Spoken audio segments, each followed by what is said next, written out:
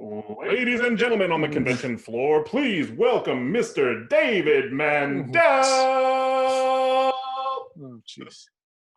I have my own private. Can you put it in spotlight mode? I have my own private announcer. He follows me wherever I go. Your own hype man. Gets real awkward at the grocery store, but other than that, we're good. It's really bad during sex, also.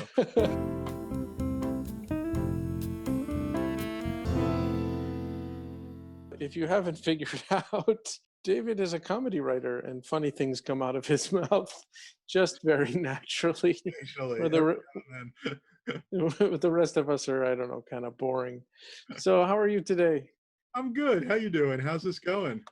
I mean, why I decided to be open for 43 hours over 5 days like San Diego, I don't know. For a man who hates San Diego, you've done a great job recreating it exactly. I've recreated the pain. Probably, I don't hate San Diego. It's both like the hardest thing I do in a year and kind of my highlight in a way. It is getting, it gets harder. And then the return from like walking around the show is getting worse every year. Like last year I came home with like one box of stuff, and I used to come home with like a truck full of stuff. It was everything that used to happen in that room before eBay and before it became a corporate trade show.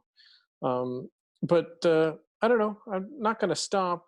But we did more in a day here than we did in all of San Diego. So that's pretty cool. And now, did you rent like 7 really expensive hotel rooms just to bring your profit down? All right. So for the people who are tuning in who might not know who you are, can you just tell everybody who you are and what you do? Oh, sure. Hi there. My name's David Mandel. I guess I was most recently the did I freeze there? I'm sorry. Did I freeze for a second? Yeah. Sorry, I begged my children to stay off the internet. Let's hope for the best. I started to say I'm a comedy writer. I was most recently the exec producer of Veep on HBO. I wrote, thank you. I wrote Saturday Night Live, Seinfeld, Curb Your Enthusiasm, and the hit teen comedy boob fest Eurotrip. So,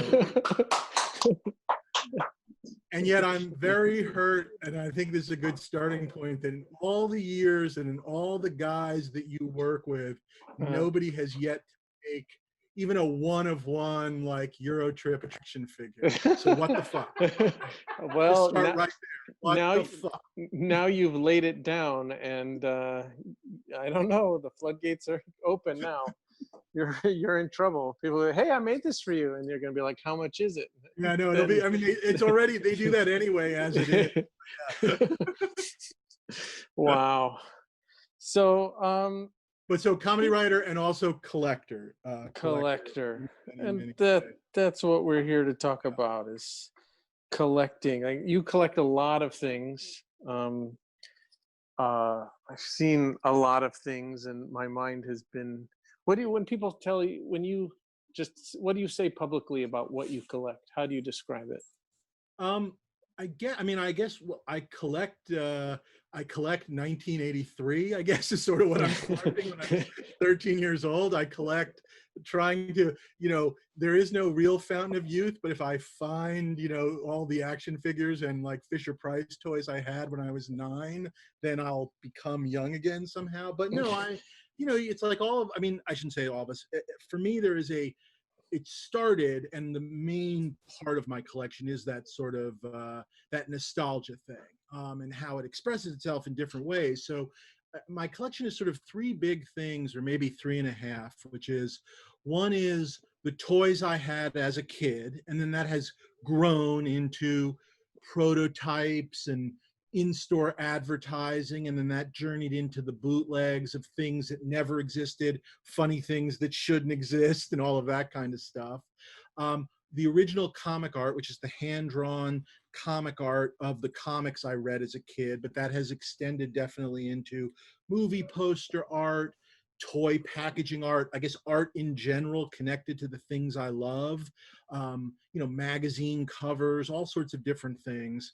And then I guess the most recent part has been, I guess, screen used movie props. And then the thing that runs through all of those things, there's definitely a preponderance of superheroes like Marvel and DC, kind of classic superheroes, Star Wars, which is a huge part of it, in all the sections, the toys, the comics, and the movie props. And then maybe just the big genre films in general of, I guess, the 70s and 80s. So, a movie like Conan the Barbarian, I'll have movie props from Conan the Barbarian. Like I don't have it currently. I used to have one of Conan's swords, but I have one of the cool snake emblems that they use that all like the snake guys wear. And then I have comic art from Conan the Barbarian by Barry Windsor Smith. And I have paperwork, and I have hand-drawn artwork from the production of the movie. And then, to some extent, I have my old Mego Conan figure and things of that nature. So that's kind of how it all kind of goes. There is a logic to it, but most of the logic is I guess just sort of me. Anything else? I'm the key to what I collect, I guess, as much as anything. I've always referred to collecting as a disease. Yes. Do you feel that way? Do you feel? I will tell you this story, and I believe it explains everything. Many years ago, my now wife was attending medical school at Tulane in New Orleans, and I was out here working in LA. And we decided to meet up sort of in between for like a long weekend. And so we met up in Dallas. And we went to, we met up in Dallas, fun, fancy hotel. And we decided, do tourist stuff. And so we went to the School Book Depository, the Museum of the Kennedy Assassination. And there at the School Book Depository, and very sexy. They're at the gentlemen, take my word. If you're looking, but there at the School Book Depository, they literally were selling a golf ball that said School Book Depository Dallas. Now, I do not play golf, but I just thought to myself, this is hilarious. I'm going to buy this golf ball that says School Book Depository. I cannot think of anything more inappropriate than the golf ball from the School Book Depository Museum. And then we were somewhere else later in the trip. We were at the South Fork Ranch where they shot the old TV show Dallas, because this was a real lovers getaway weekend. And at the South Fork Ranch, guess what they sold there? Golf ball that said South Fork Ranch. And now I'm buying that golf ball, and now my head is just going, well, think of all the other golf balls that I can get from all the other places, and I can buy a golf ball holder to hold all the golf balls. And I literally had to like stop myself and just go, this is not a collection. This is not something I need to waste my time with. Put golf ball number 2 down. Just be happy with golf ball number 1. But it was like all I could do not to start a golf ball collection right then and there and get on the internet that night and attempt to not necessarily corner the market, but just find other golf balls. And find the most inappropriate golf balls out there. And I say that as somebody who has played golf once in his life and has no interest in it conceptually. It has no meaning to me, but the collection, the joke of it, the idea that they existed, they weren't that big, they wouldn't take up a lot of room. I was all in, basically. All my chips were going into the middle. And I believe that is the definition of a sickness. It's somewhere between hoarding and something else, but I'm guessing you know what I mean. Any of you who are looking at my face, you can see the consternation on my face and how he is encapsulating every nightmare that I've ever had in my life.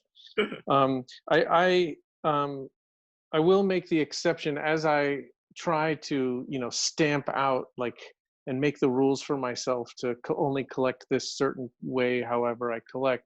But I will make the exception for the book, right? Because I don't want to collect the golf balls per se, But if you make the book about the inappropriate golf ball collection that someone else has, I will buy that book. No, I And will then- probably buy that book, but by the way, I don't quite know where to put that book anymore, which is a separate entire other issue. Yeah. If you've ever been to my house, like it was like, there are so many books and the bookshelves were so expensive that I often thought like I should just sell the books, because the cost of the shelves to put the books on was just it. Not even going to go there. Also, your big office there, which is huge, of which I dream of a space like that. I feel like it started emptier. And do you even have room on the shelf? I mean, like, do you legitimately have rooms left on those shelves? No. but I did put floor to ceiling bookshelves in my office here at the warehouse. Oh, that's smart. Okay. So now like EC reprints and like there's certain genre of books like political cartoons and toy related stuff are all migrating over here, which is freeing up a little space. I have an office. I was just saying, I have an office on the Paramount lot. That's where we shot Veep, on the Paramount lot. HBO has offices, but doesn't have like a studio lot. So they just they shoot all over the place.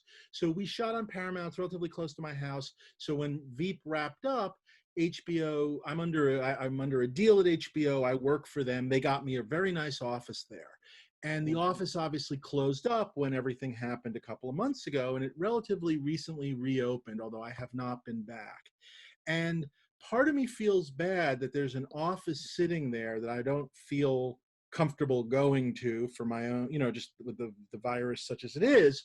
Sure. But the honest answer is if I were to do the smart thing and shut that office down, there is nowhere for the stuff that I had decided could be my office stuff could go. Because so there are certain books there. There's Veep memorabilia.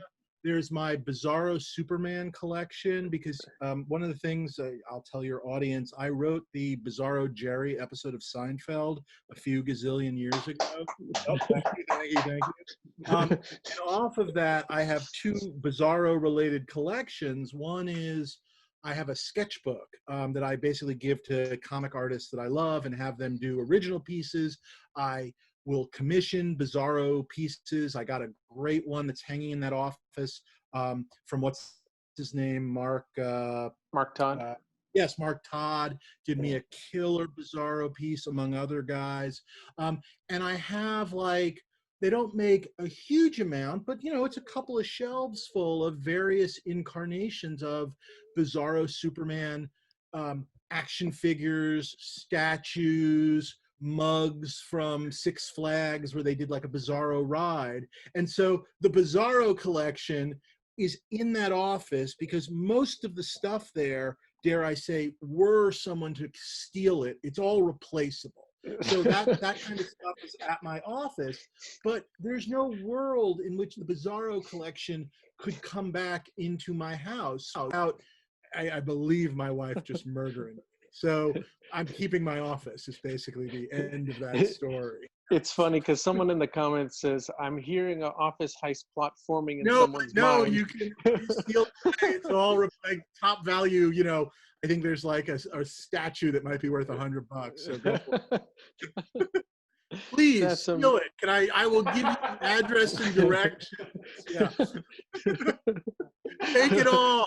Someone just said, Serial said, I'm already in the office. Good. Pack it all up. Good job. So when in your course of collecting did you become aware of knockoff items? Not like what we're doing today, but like the legitimate like ray gun and then the figures that were made overseas and kind of the schlocky chic kind of. It's funny. I guess there's a two-part answer. I guess without realizing it, a lot of the stuff, that I was playing with as a kid, I mean, I guess it was somewhat licensed, but certainly as a kid, there was a lot of like Planet of the Apes and like superhero stuff where they just stuck a sticker on anything they could, but there were definitely knockoffs. You know what I mean? I remember definitely having, I don't know, like a you know, like Hulk parachute toy that there's no way anyone from Marvel ever saw that. Do you know what I mean? Like it was barely the Hulk. I'm not even sure it was green. Do you know what I mean? I definitely had things, and I'll tell you certainly because again, 1977, Star Wars comes out, and there's no toys. The first lightsaber that my mom bought me was a red flashlight with a tube that was completely unlicensed. It was it was a space sword in quotes, patent pending space sword. So I definitely had things as a kid growing up in New York where we had, job lot stores that just brought, random stuff in, and Woolworths and stuff. And there would just be, crap. I didn't think a lot about that kind of stuff until probably, I'll sort of date myself. I moved out to LA in about 95. I worked at Seinfeld from 95 to 98. And when I did that at 95 to 98, which is when I was basically a single guy working for Seinfeld, working all the time. We were working, 6-7 days a week, very much nonstop all year, maybe take a month off break and then start again. I was in a rental apartment and a leased car, and no, family, no wife, none of, I just was basically, the first stuff I did was sort of fulfill a lot of my collecting dreams. I went out and I bought a run of X-Men comics, from Giant Size 1 up through like Days of Future Past, like those kinds of things. And so one of the first things I did was I bought first a set of 12-back Star Wars figures, and then I filled in everything else. And so once I probably as the 90s were ending, as I, for lack of a better word, had one of everything that was licensed. And yes, you could certainly have a better version, or I guess as grading came about later on, you can always have a mintier version, I guess. But as I fulfilled the things that existed or the things that I knew about, I started both exploring, I guess, the licensed foreign stuff, especially if it was different. But I also started, bumping into it's like, a little bit maybe even through you, but also like Meltdown on Sunset, who used to do his Japanese trips, and yes, at San Diego, weird like Japanese versions, unlicensed things, stuff from Mexico that would filter their way up to LA, like large green, blow plastic stormtroopers. So I started bumping into some of this, just unlicensed stuff, and in a world where there's always been a funny thing, which is like everybody knows obviously about the rocket firing Boba Fett and how rare they are, right? But if you get a group of hardcore Star Wars action figure collectors together, while they are incredibly hard to find and they're worth a lot of money, 90% of that group that you'll get together has it. It's not rare within the group of the collectors, if that makes any sense. And so in a funny way, I started to get more pleasure out of, the really strange, like purple stormtrooper from Mexico, or a Batman with a gun from Mexico and a cape made out of like a garbage bag, than I was from a slightly better graded version of an AT-AT driver.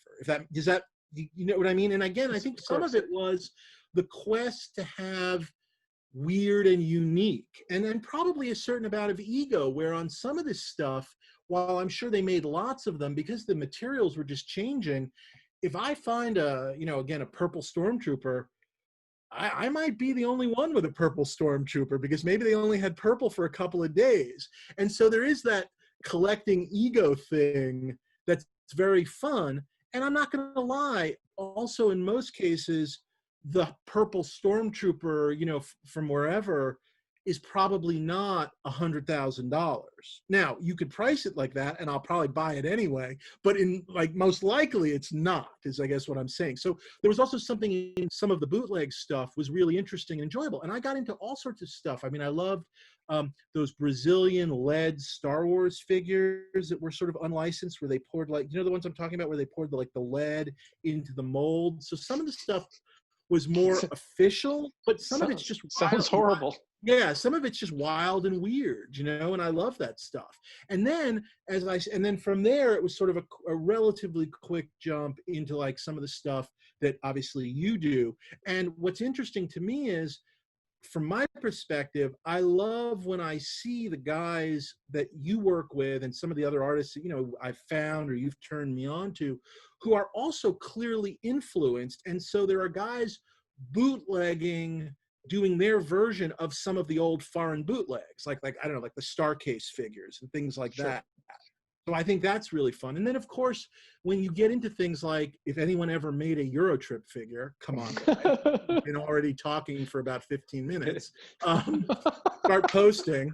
But if anyone, the fact that so many guys now are, you know, like making, you know, sometimes, again, obviously there's the jokes, and I love a good joke. I mean, if I laugh at a figure, I'll buy that figure. But I also love when people are now making, you know, like movies and stuff that they never had figures for, beyond just obviously the silly stuff. So that's fun too. Nice.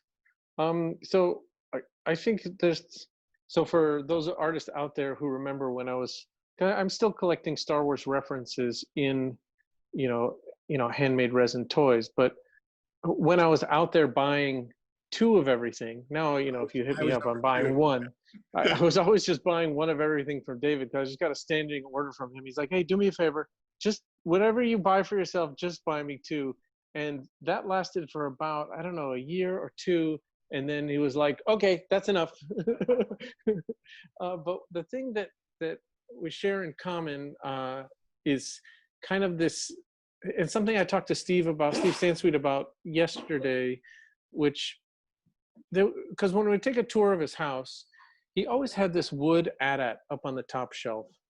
And he would always talk about, it's this wonderful piece of folk art, and it had this, like, someone had crafted it for their child or whatever. And I always just thought it was shit. You know, I was like, I don't want that. You know, I want Kenner, and I want plastic, and I want this, and I want mint condition, I want, you know, blah, blah, blah.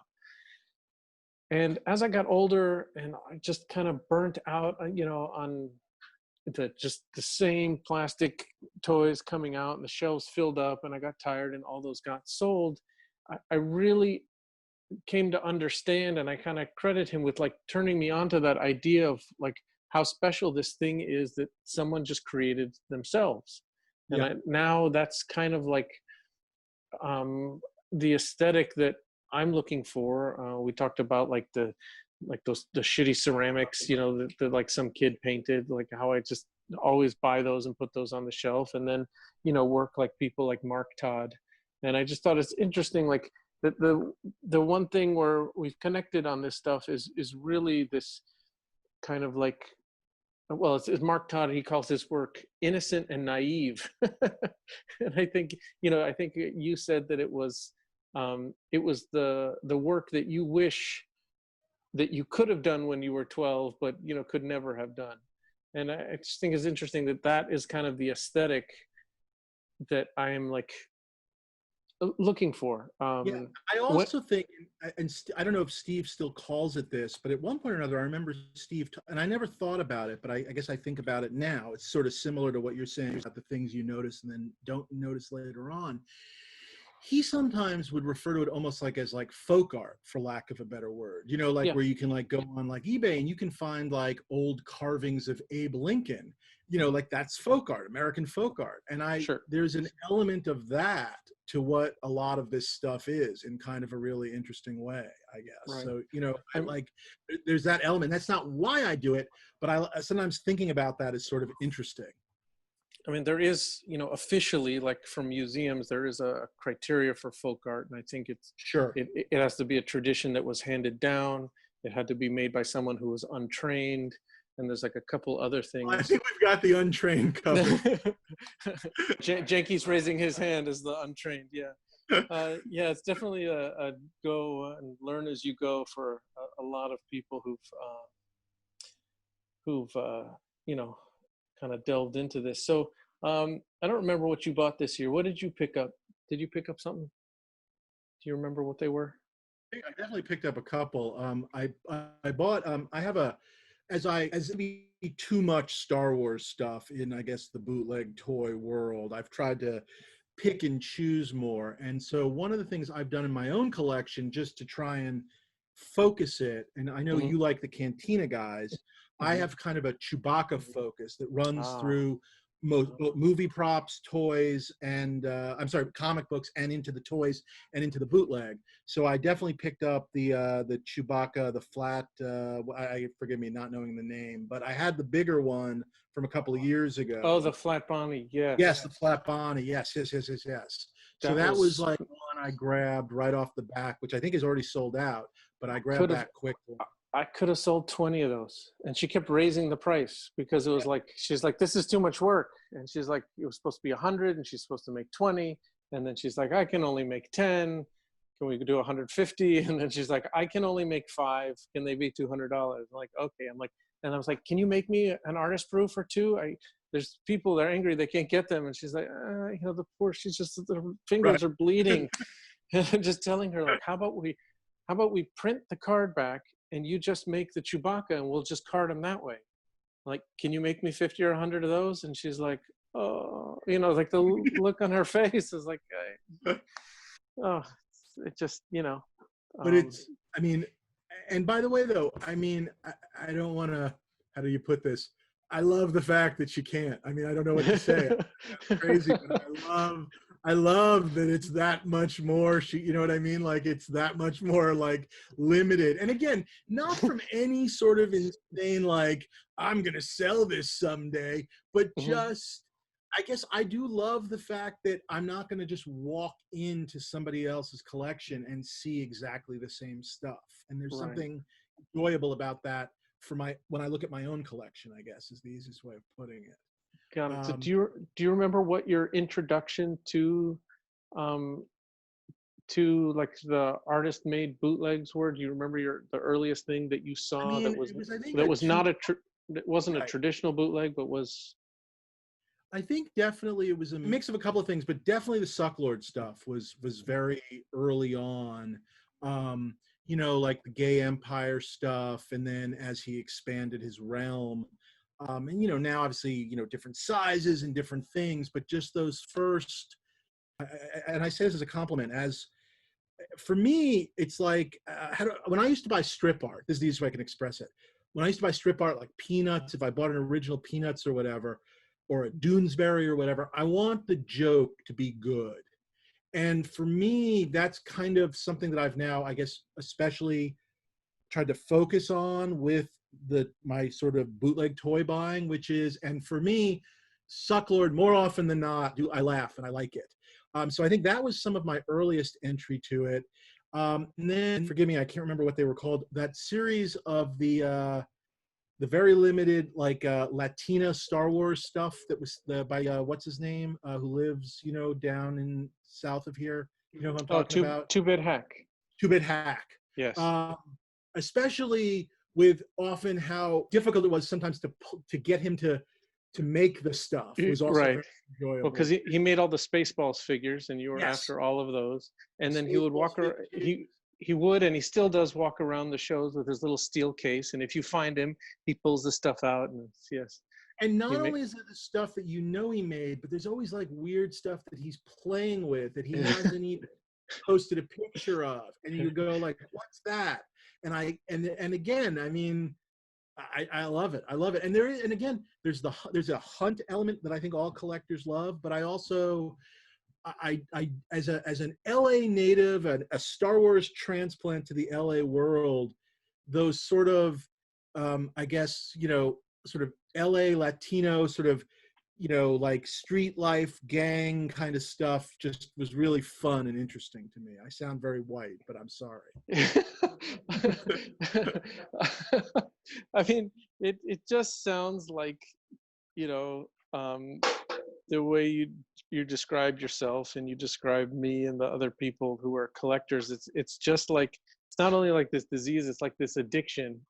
And it's like you're just looking for a new high, and it just keeps getting weirder and weirder. It's like if you had a weird porn addiction and eventually you're watching like German shit porn or something, and it's like, you know, someone presents you just the weirdest aesthetic, and it just tickles you in such a way, and you're like, oh, I have to have this. And I believe that everyone else looks at that and goes like, that stuff that he collects is weird. It's just Absolutely. I mean, even some of my closest friends that collect some of the other stuff I collect just think it's crazy. So number one, yeah, they think they laugh. they think that the resin figures are crazy. Yeah, they just sort of they'll laugh at a joke, but they just Yeah. don't get the collection. They don't Right. see it, and that's okay.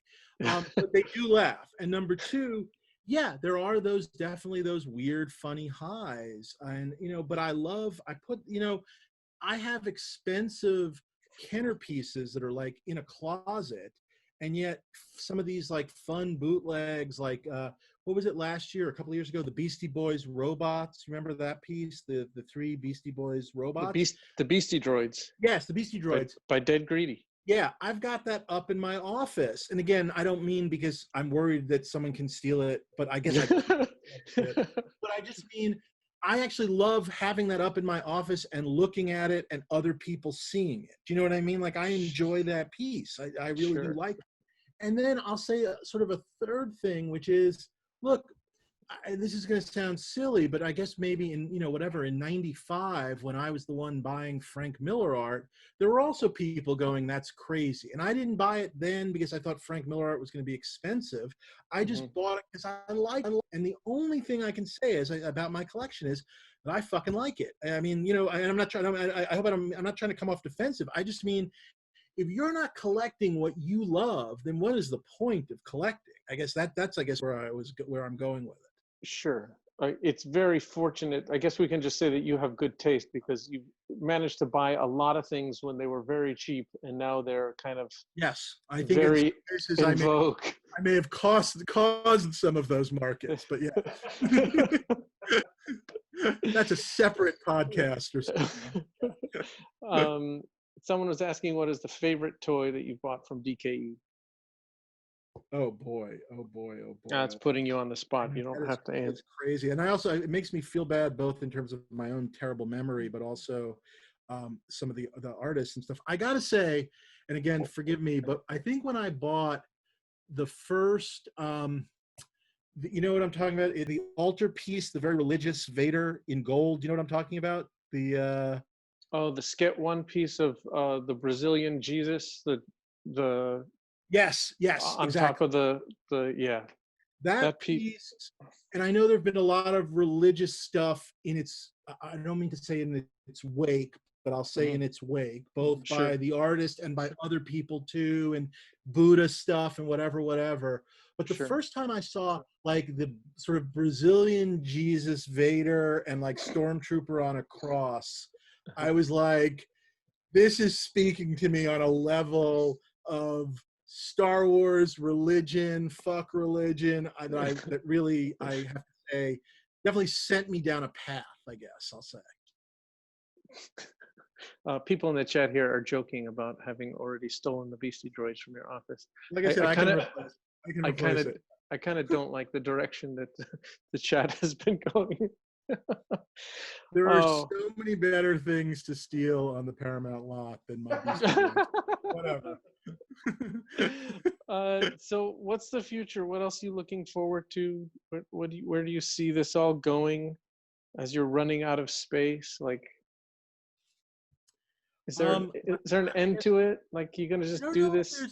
There's definitely an end in that, as I go through stuff, I churn through things periodically. I inventory, I start to go, I like this, maybe I like this less. I start to see patterns that I like, where I kind of, that's kind of some of where Chewbacca has certainly always been a favorite, but it was sort of like, oh, what if I just concentrate there? So, one of these days there's a big home renovation that hopefully allows a sort of giant space to exist that I can really perhaps display things the way I want to display. Because that's really, I guess, the biggest thing that like sort of drives me now is less getting one of everything, but more properly figuring out a way to show off the stuff that I actually like. If that's the easiest way.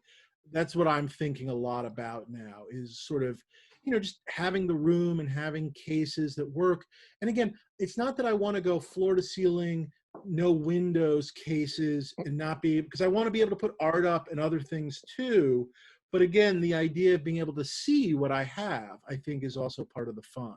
And look, the honest answer is to go, well, if I don't have an idea, I'll make Star Wars. Do you know what I mean? And there's even repetition where a guy does an original idea, like, I don't know, like I remember the first time I saw like a figure where there was no figure. That was the joke. It was like there was nothing. The Force. Yes, exactly. And now that we're on the 40th iteration of that, people still doing that. Some doing it because they think they thought of it and maybe don't know about the other ones. But some people just sometimes occasionally go, I'm going to do another one. Like I said, I don't necessarily have to have that version. Do you know what I mean? So Sure. There's so much of the Star Wars stuff that by at least trying to, focus and be able to like, again, look through, like, again, when you do like a release and look through the stuff and go, me think about, and these are ones I can live without. I do definitely try and think like that a little bit. So as you've gone through the different phases, you've done some purging, you decide the stuff that you like less and you part with that stuff. Do you ever have regret about things that you've parted with? I mean, I'll just tell you that a lot of my motivation is fear of regret. It's like, it's not like, do I like this more? Do I like this less? It's like, I could get rid of this, but if I regret it, it's like.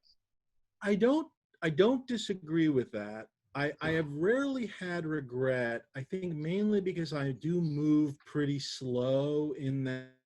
As slow as this freezing. I move very slow. And so I'll make the pile of like, maybe these are the things I'm less interested in, and say to myself, like, no one's on the computer right now, babe. Can you just make sure nobody's on anything? I'm really having trouble here. Get off the Xbox. Like them kids. Sorry. And now they're claiming they're not on anything. But I'm just but under their pillow, they're like, all right, we got. Imagine online learning like this. But anyway. I started to say, like, I'll make a pile and go through stuff and kind of go, well, maybe not these. And then that pile will often sit for years. So when something does go out the door, I have definitely overthought it probably a lot. And I usually, by the time something actually goes, I have made my peace with it. I can honestly say, not since like my collecting in the 90s where I probably sold, I had like an interior, like Chaikin Star Wars page that was hand colored, and I sold it because it was hand colored and I didn't like it. And then years later, I had the opportunity to buy it back, and I did, for like 8 times the price, because I was just like, it's still an interior page from the Star Wars adaptation. Why did I get rid of that? But nowadays, I'm much better about it. Like a lot of the stuff, when I do get rid of it, you got to remember, I'm not getting rid of it in a vacuum. I'm usually getting rid of it because I'm looking at one piece and then looking at 20 pieces by the same artist or the same toy line or whatever it is that are 20 pieces better, that a normal person might argue I should be getting rid of 5 of them, but I'm actually only getting rid of the 21st, if that makes sense. So sure. Just to put things in perspective. Sure. Yeah, right. All right, one last question before we go, which is something that I'm struggling with is I guess in midlife, and I'm looking at all the stuff that I own and still acquiring new things and facilitating making other stuff for more people to buy. And I'm wondering, as watching my kids get older, like if they're going to care, right? And what's the end game? I see these people, they have these, the one guy with that huge Disneyland collection that got auctioned off because it was all sitting in a warehouse and the kids don't care. Right. And they're like, he's just going to sell it while he's alive because, and I just wonder, like the next generation, are they going to care about collecting? So I guess the question is kind of an overall question about the future of collecting in general, and then specifically, like, do your kids care? Is this all going to be left to your kids, or are you going to have to part with it in your lifetime? It's funny. there is a collecting gene. I honestly do believe there is the collecting gene. And I do think there is a hereditary nature to it. Not necessarily always perhaps direct, but I can tell you, like in my family, like my mother's brother was definitely a collector. Like he died a couple of years ago, and he had no children. But at some point or another, amongst his fountain pens and coins and rare pipes that he had, there were just worthless Beanie Babies that he had collected. Well, we found them when he died, and then I checked them on eBay, and they were worthless. But he had the gene, and I definitely have the gene.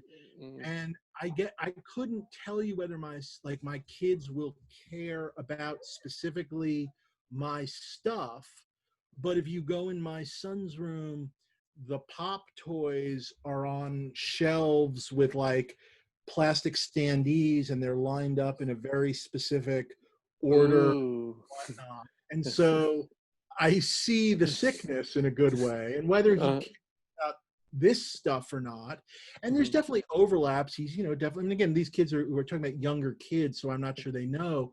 Star Wars he likes, but he loves like the Marvel superhero stuff. So maybe that part of the collection, I don't know. And my daughter is less maybe a collector, but more of a creative type. And so maybe other parts will appeal to her. I guess I definitely think about it, but I'll worry about it more in another 10 years. So I do have an idea that maybe as the quarantining gets worse, that there's going to be a market for food, toilet paper, and medicine in exchange for bootleg toys. So I'm betting very heavily on that sort of market developing. So, there's that. We've got that coming up in the next couple of years. So that'll be good.